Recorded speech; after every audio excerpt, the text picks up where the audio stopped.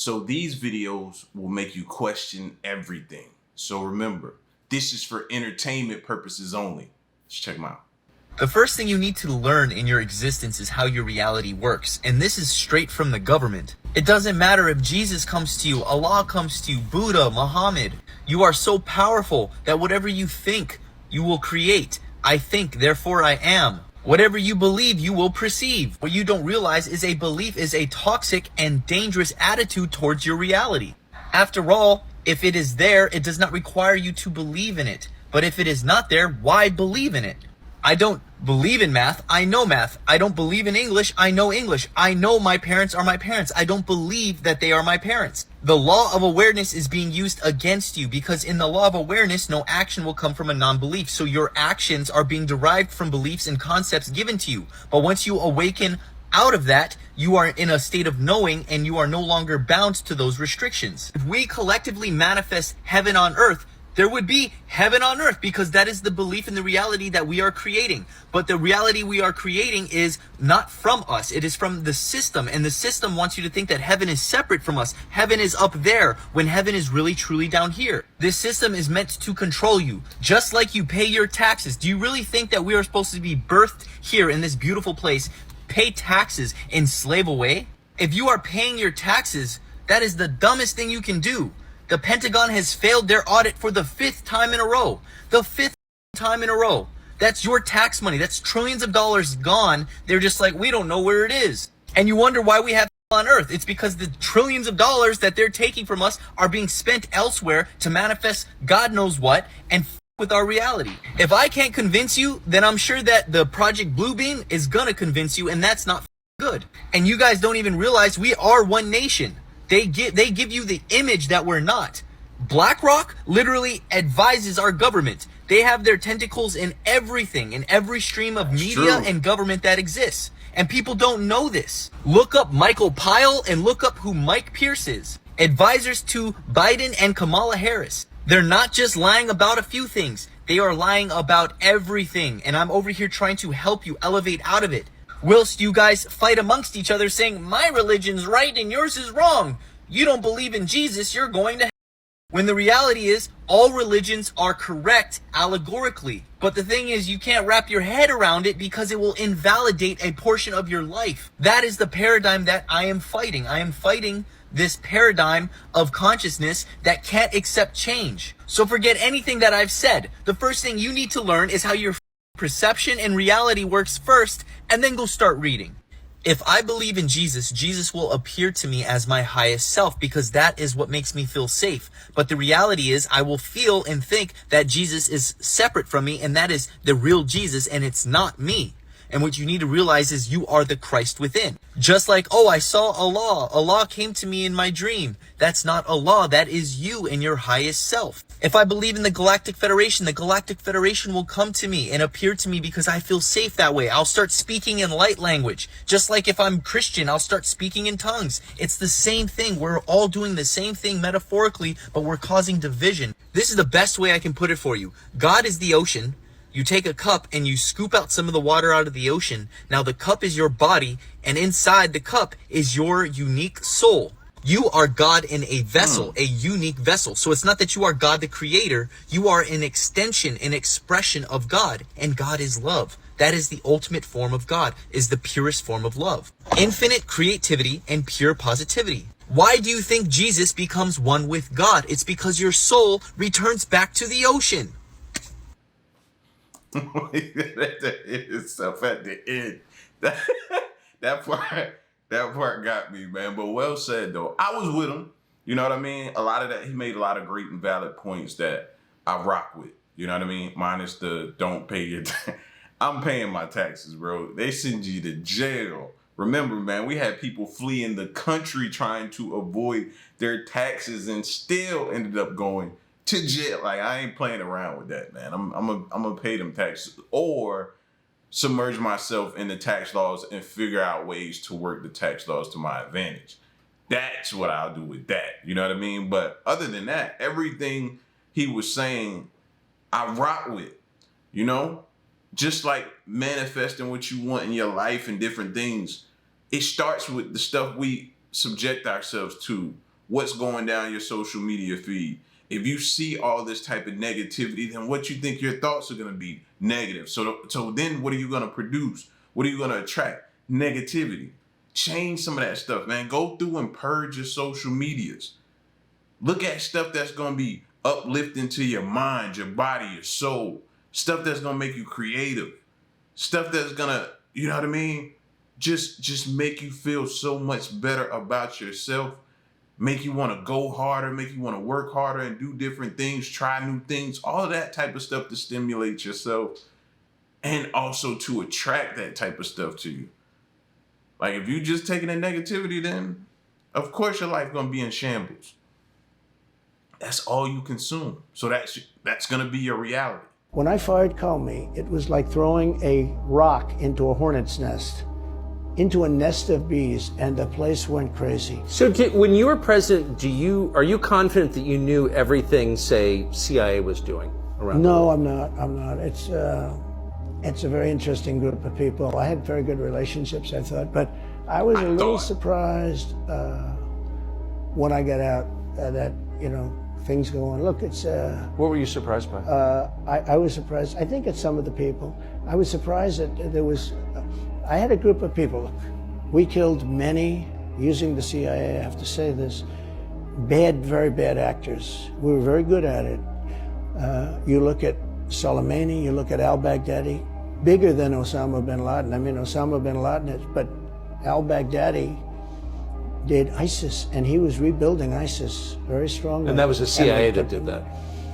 That was really us that did that. Yeah. That was really us that did that. And Soleimani was us that did that, not so much CIA.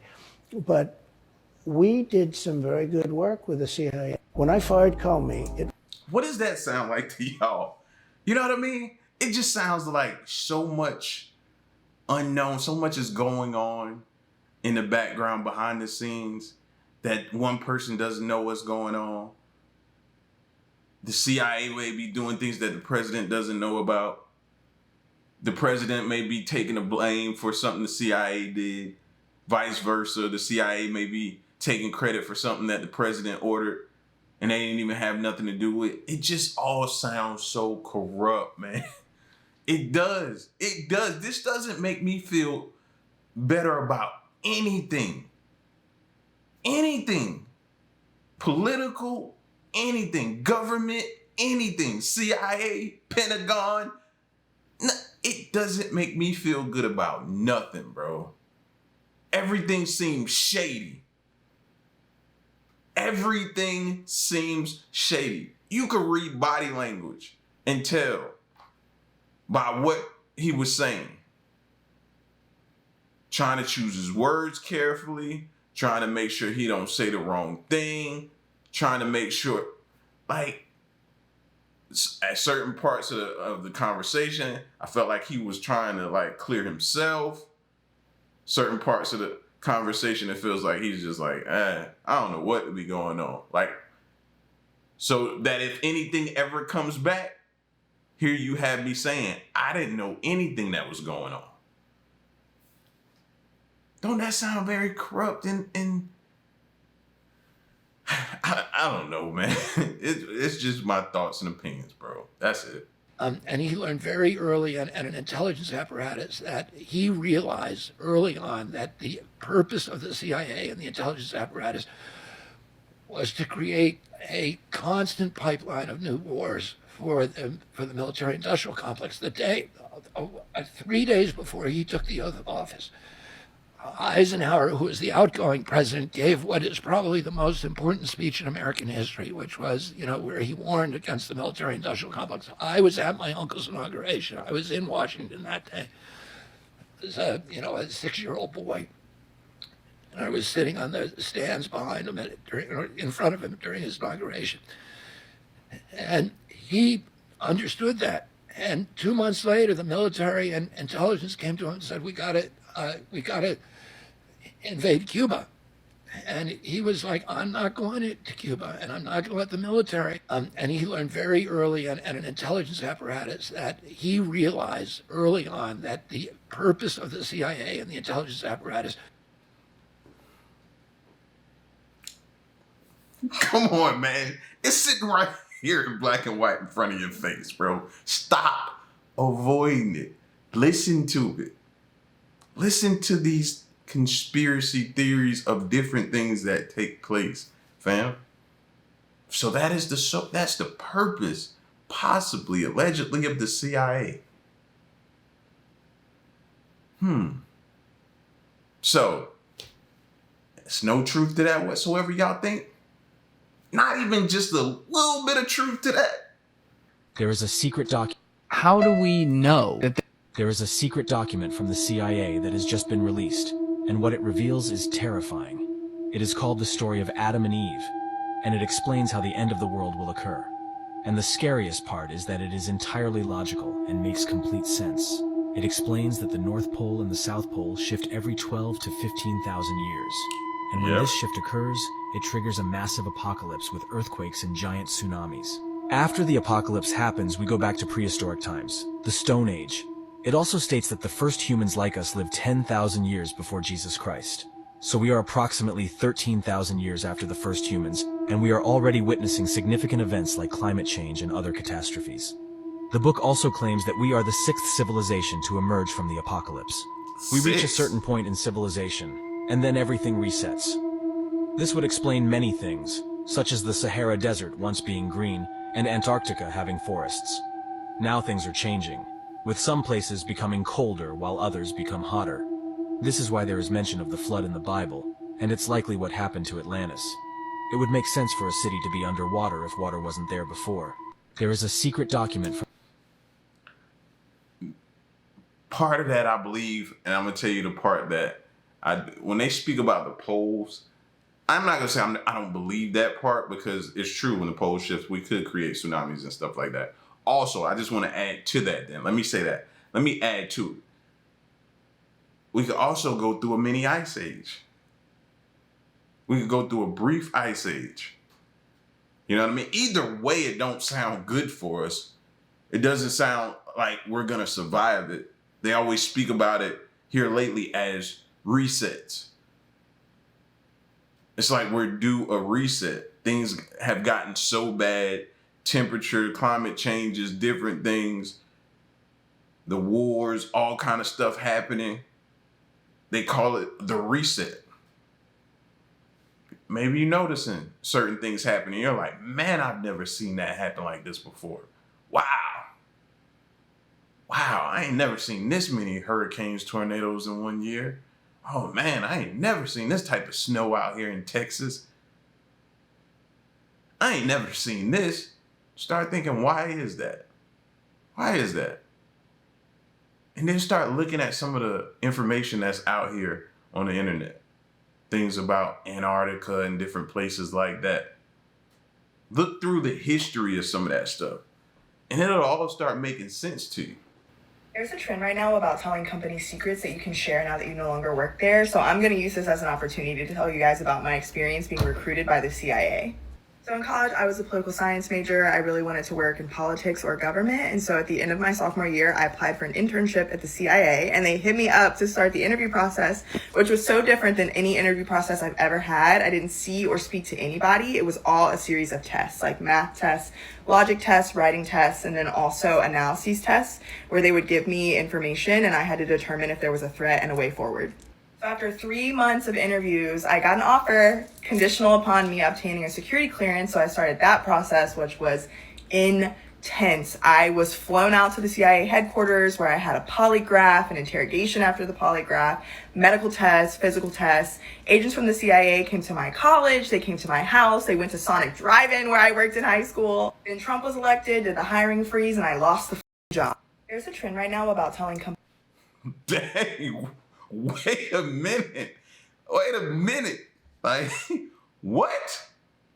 Y'all think it was that, or did she, did something come back?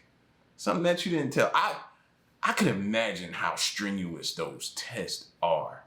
Like, it's probably nothing like it, bro. You probably feel so vulnerable when it's over with, bro. You probably holding yourself like this after those CIA tests is over with.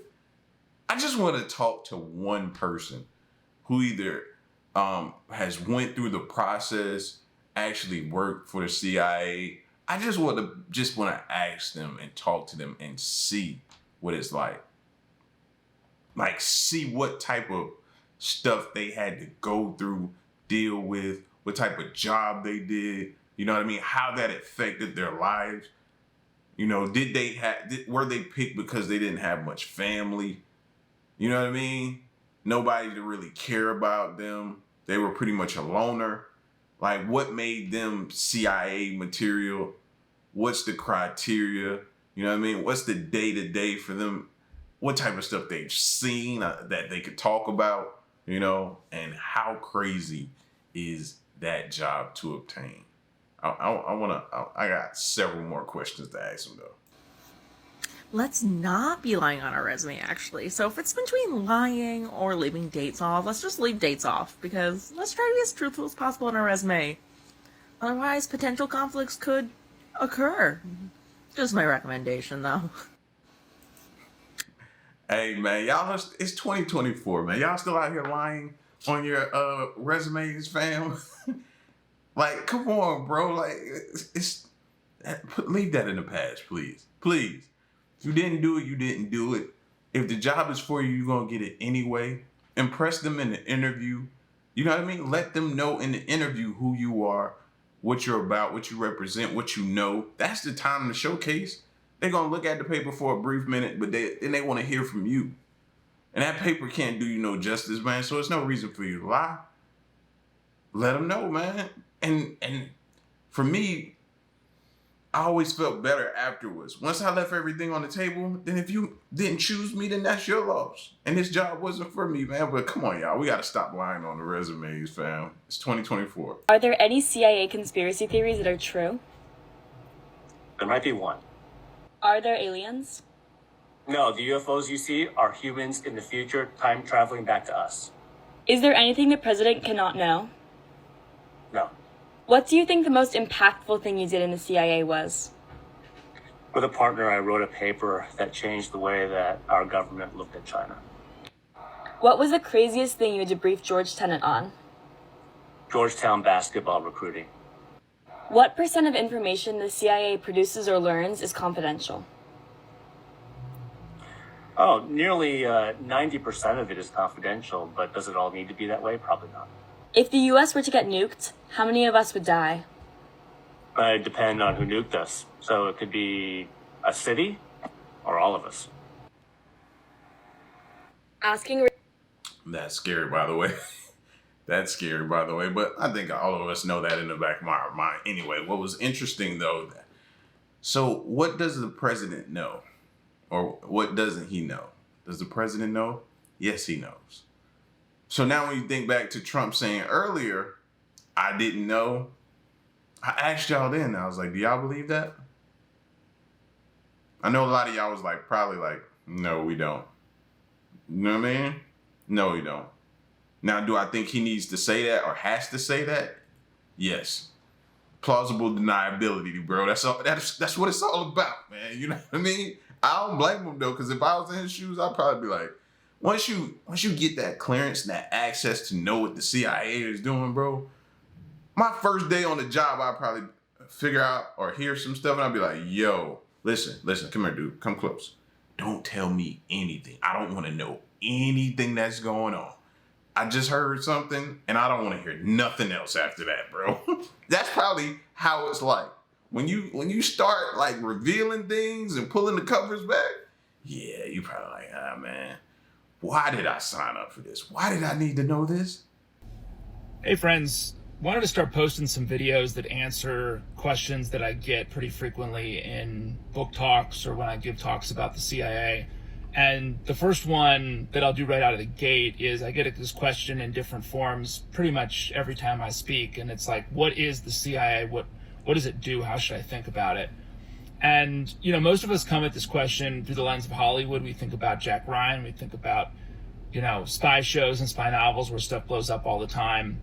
And, you know, the reality of the CIA, or the way that I like to think about it, is that it's a uniquely bipolar organization, right? On the one hand, you do have really interesting, cool operational stuff, right? You have an organization that can find and hunt down people all over the world. You have an organization that's doing amazing technical things to collect information on our adversaries. And you have an organization that does a lot of the interesting gadget work and operational stuff that you see in spy movies. But then on the other hand, you have a really big bureaucracy, right, that has a lot of the dysfunction that you would see in a big Fortune 500 company. So CIA managers spend a lot of their day in cable traffic, which is basically just a way of saying classified email. And, the CIA, like, an airline or a big telecom company has, a gift shop. They have, Christmas and holiday parties. We have crazy, travel arrangements and bureaucracy around, just flying around the world. So, I offer all this just to say, when you think about the CIA like as a concept, I would really encourage you to say, okay, it's a really bipolar place. The mission, the operational stuff it does, very much like the movies in many respects, but then on the other side, it's kind of like, just a normal Fortune 500 company. So I'm going to do some more of these videos over the next couple weeks. If you have questions about anything related to, the CIA, to writing, to what's going on in the world, drop it in the comments and I'll do a video on it here as soon as I can. I'm starting to notice something, and I have a question. I got a ton of questions. I need to follow this dude so I can ask him, you know what I mean? How much do they pay? How much does it pay for you to go through the type of stuff that I would imagine that a CIA agent has to go through to obtain the job? Then once you get there, the type of clearances and the security and the whole nature of the job. How much do they pay for that? I want to know that. Because if you're doing all this and you're in this organization, this agency, and you come home and you're making like 50, 60, you know what I mean? The median, I would have a problem with that, to be honest with you. I would have a huge problem with that. You know what I mean? That's one question I have. The second question I would have is, why do everybody I see that looks like a former CIA agent look young? Like, how long can you have these jobs? Are they just like short time span? Because everybody who says or talks about it seems like they're no longer with them and they're young, super young. So that was another question I had. You know what I mean? And then what's the craziest thing you've ever done or seen? Tell us that. Stitch this with a fact so ridiculous you didn't believe it until you looked it up yourself. I love these because I have so many of them. The CIA created a special weapon that would give people a heart attack without them even knowing it. It sounds like a conspiracy theory, but it came out in 1975. After Watergate, a whole bunch of nasty stuff came out that the CIA had been doing. And one of those things was that they had converted a weapon to shoot darts, poison darts that would be like made out of ice, so they would dissolve in the body. The person wouldn't even know they got shot. It had shellfish toxins, say that 10 times fast, and the person would get a heart attack. And it wouldn't even be able to be like, no one would know after the fact why they had a heart attack. And that's a thing that came out. Also look up MKUltra and COINTELPRO. Those are things that came out all in the church committee hearings. There was a Senate Select Committee, 1975. Look that up. It's crazy. It sounds fake, but it's real. Stitch this with a... New fear unlocked. Nah. I've actually heard some things like this. I don't remember if I generally heard about this one, but I do remember hearing about something like this. Isn't that crazy, though? Isn't that crazy? And I'm supposed to sit around and think y'all have my greatest interests at heart? What's best for us at heart? Oh, man, come on, man. No, bro. I don't feel the love at all. I don't feel the love at all. And to think, if they did this back in the day, imagine what they can do now. Oh yeah, a lot of time has passed since what he talked about existed. Imagine what they could do now with all the technology. Bro, I'd be even scared to think what they could do with AI. Spooky, people. This type of stuff, it's spooky out here when you think about it, man. Maybe one day somebody will come out and really blow the whistle. You know what I mean? Like David Grush with the UFO stuff, but somebody from the CIA. Maybe somebody will really come out and blow that whistle.